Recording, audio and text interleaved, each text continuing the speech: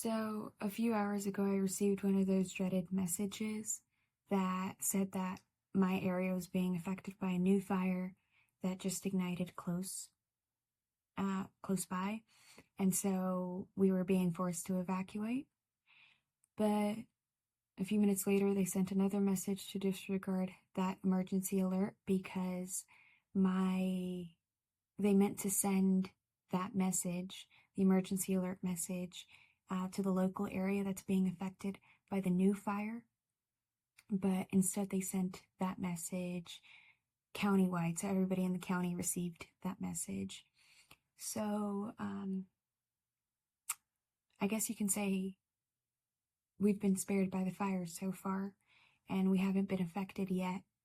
But as I was saying yesterday, things can always change, and change is the only thing that is certain in our lives. And all we can do is accept it, right?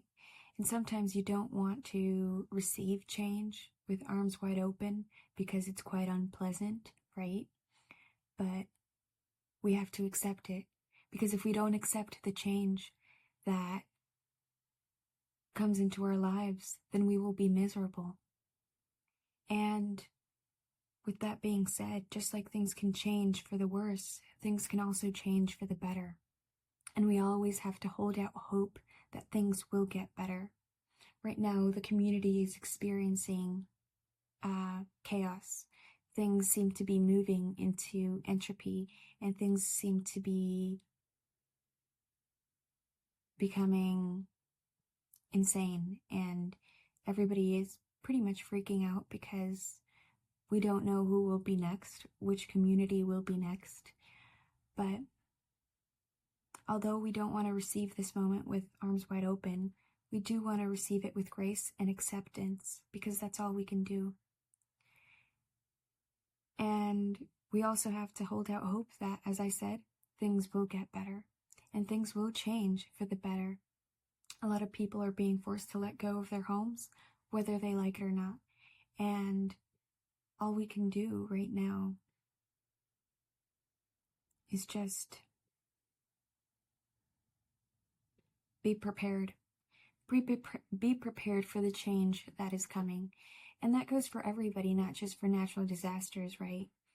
Being prepared for losing our loved ones. And there's this term, I can't quite remember what it's called. What was it called? Anticipated grief.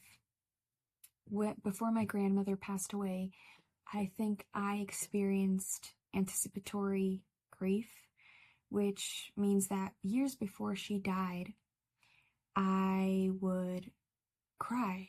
I would cry as if she were dead. And I would cry and cry just thinking about her not being around anymore.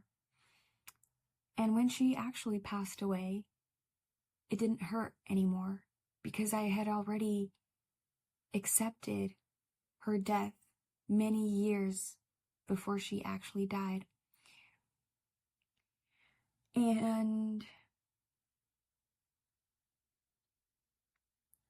I guess I'm not saying to experience any kind of anticipatory grief in your lives, but what I am saying is to appreciate each moment and know that, as I was saying yesterday, each moment is precious.